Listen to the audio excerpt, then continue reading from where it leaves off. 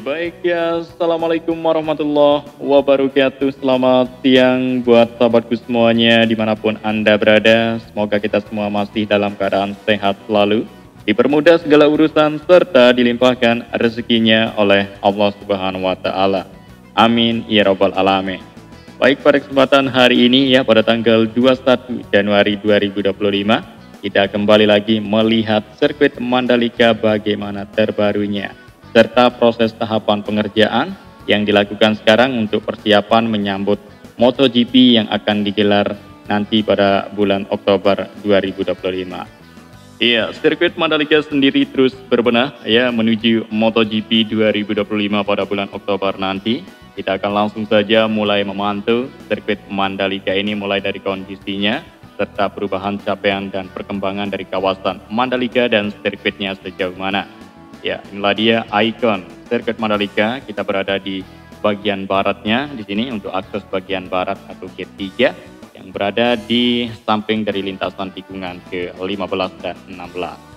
Jadi ini adalah merupakan tempat untuk berfoto ya para pengunjung wisatawan. Tak hanya di sini saja dibuatkan ikon, tapi di depan sirkuit atau persisnya di samping jalur provinsi dan di bagian gate timur, gate barat, dan bagian gate utara dan selatan. Semua dibuatkan ikon untuk teman semua, wisatawan luar negeri maupun dalam negeri, ya bisa berfoto secara langsung walaupun tidak bisa langsung masuk ke dalam sirkuit, dan itu beda, kita harus membayar harga yang sudah ditentukan oleh pihak terkait jika pengen masuk. Jadi berbagai macam hal yang sudah dibuatkan oleh pihak pengelola ya kawasan Mandalika dan sirkuitnya. Di area luarnya itu sudah disediakan lengkap ya sarana pendukung dan fasilitas sirkuit Mandalika, dan ditambah dengan destinasi wisata ya alam yang indah seperti pantai, perbukitan, dan daya tarik lainnya.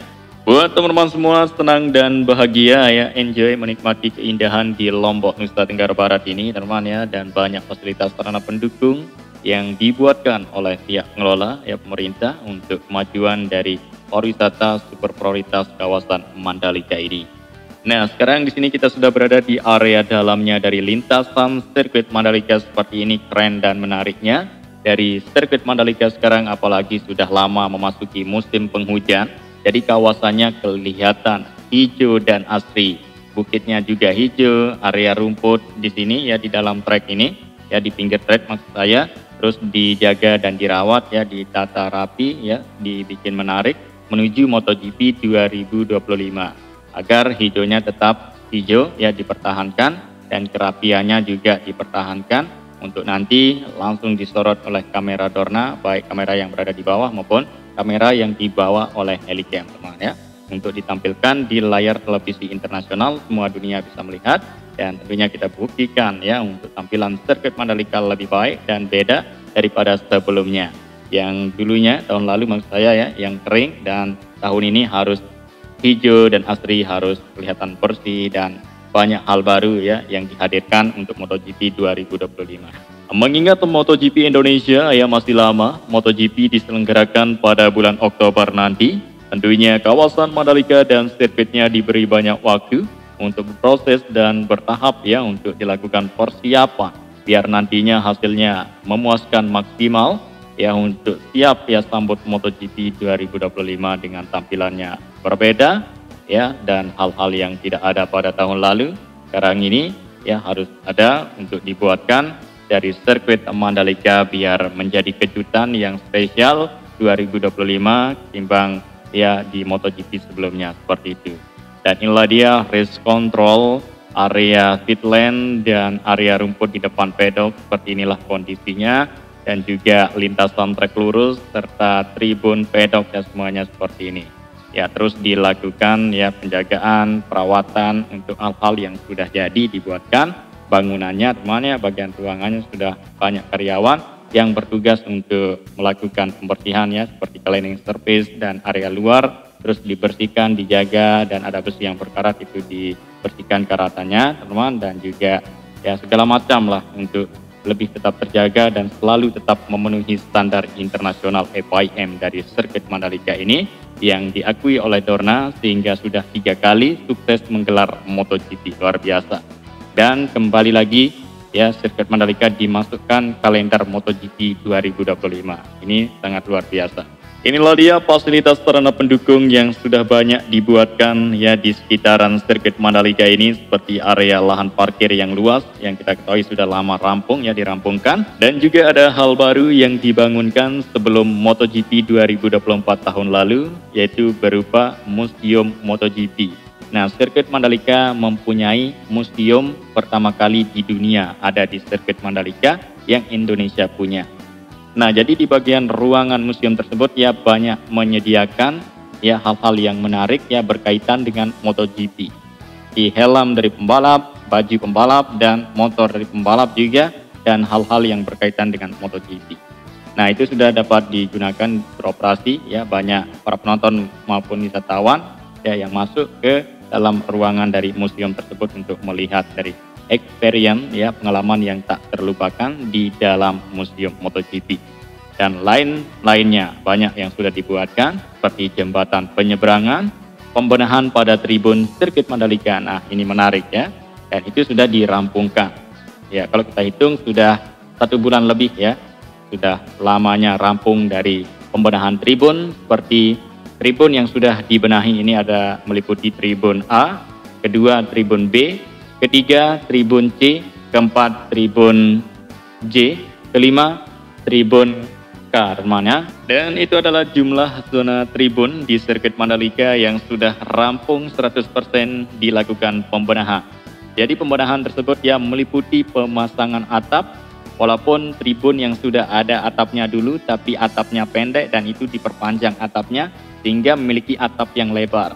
Nah, untuk para penonton MotoGP 2025 nanti tidak akan kepanasan lagi karena semua sama rata, kursi bagian bawah hingga atas itu semua tertutup dengan atap yang lebar memanjang ke depan.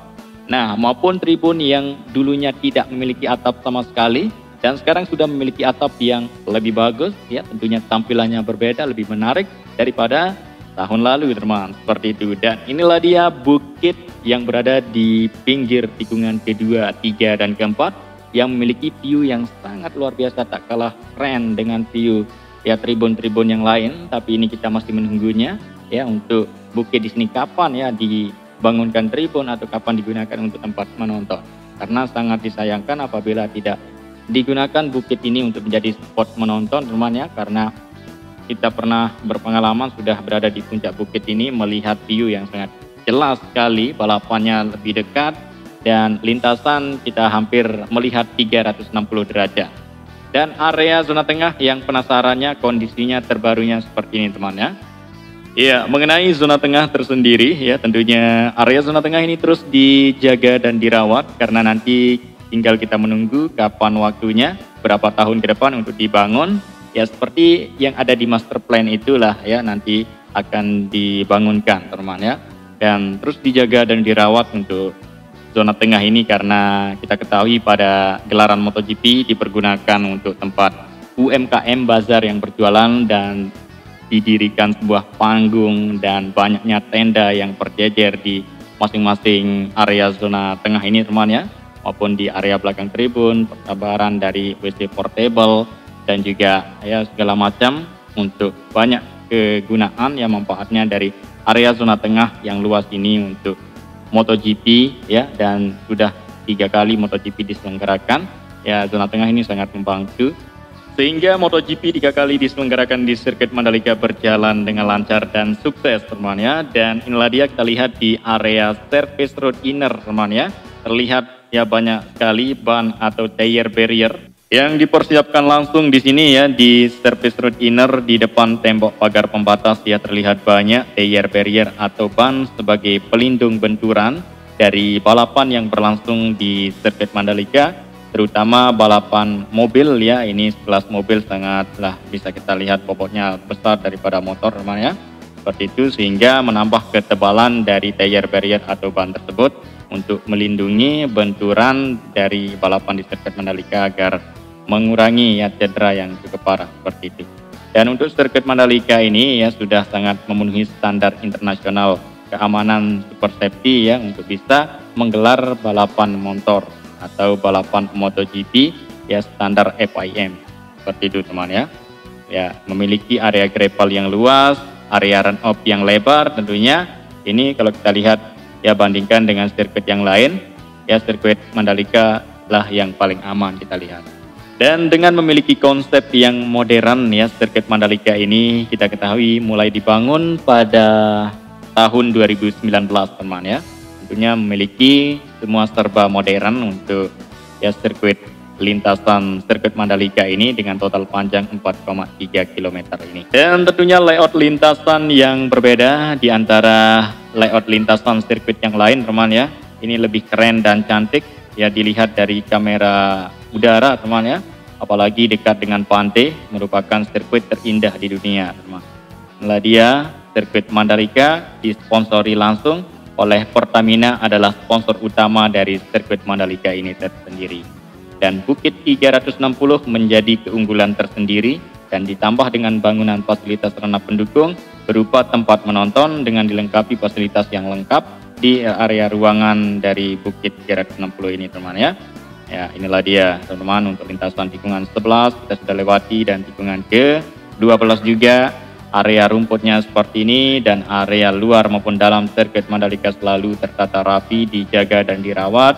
Ya, sudah ada petugas khusus dan kita harus diberi kesadaran masing-masing teman ya untuk tidak membuang sampah sembarangan di tempat area kawasan Mandalika dan sirkuitnya. Jika kita sudah berkunjung berwisata ke Mandalika ini teman, kita jaga bersama.